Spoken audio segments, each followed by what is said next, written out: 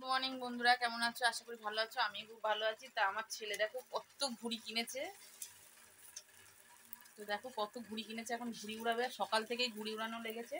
তা বলছে মা ঘুড়িগুলো নিয়ে যায়। তা পাশের বাড়ি উড়াবে ও, আর ওর আরও সব বন্ধুরা আসবে। ওদের ছাদটা অনেকটা বড়, তো তো ওদের ছাদে উড়াবে। আর কালকে পুরো একদম লাটাইতে সুতো ফুতো পুরো একদম গুটিয়ে নিয়েছে, মানে একদম রেডি করে নিয়েছে। মানে এখন সকাল হয়েছে, সকাল টিউশন ছিল, তা টিউশন করে এসে খাওয়াও হয়ে গেছে তাড়াতাড়ি। খেয়ে এখন যাচ্ছে ঘুড়ি ওড়াতে।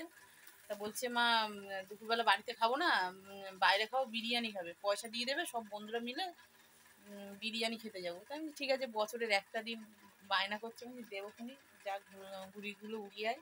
তা এখন চলে যাচ্ছে, ও উড়াতে চলে যাচ্ছে।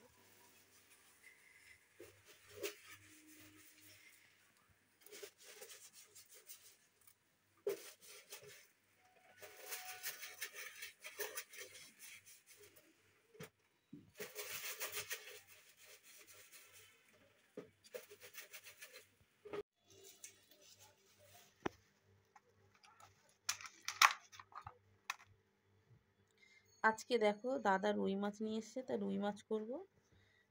তা রুই মাছটা ধুয়ে নেবো। তার রুই মাছটা অনেকটাই নিয়ে এসছে, কেন বাড়িতে একটু দেবো, ওই জন্যই দাদাকে বললাম একটু বেশি করে নিয়ে এসো।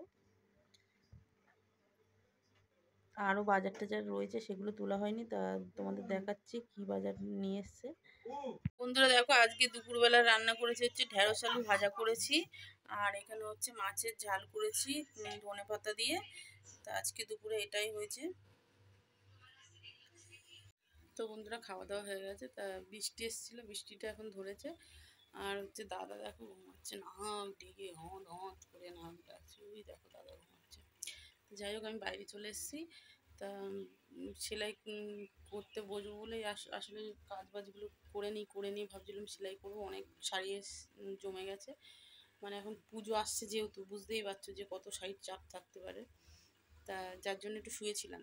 আর দেখবা মাথার উপরে কোনো কাজ থাকলে কখনো ঘুম আসে না, তাই একটুখানি চোখটা লেগেছিলো, আবার উঠে গেছে। তো যাই হোক, আর ঘুমিয়ে কাজ নেই, কেন সেলাইগুলো করতে হবে।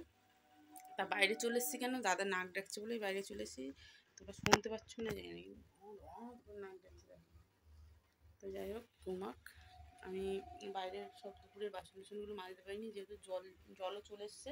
তারপর ভাবলাম জল টলগুলো ভরে নিয়েই সমস্ত কাজটা গুছিয়ে নিয়ে একবার সেলাই নিয়ে বসবো।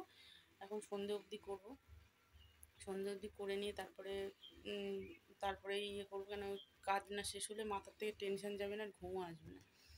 তা চলো কাজ টাজ করে নিই, আবার পরে আসছি।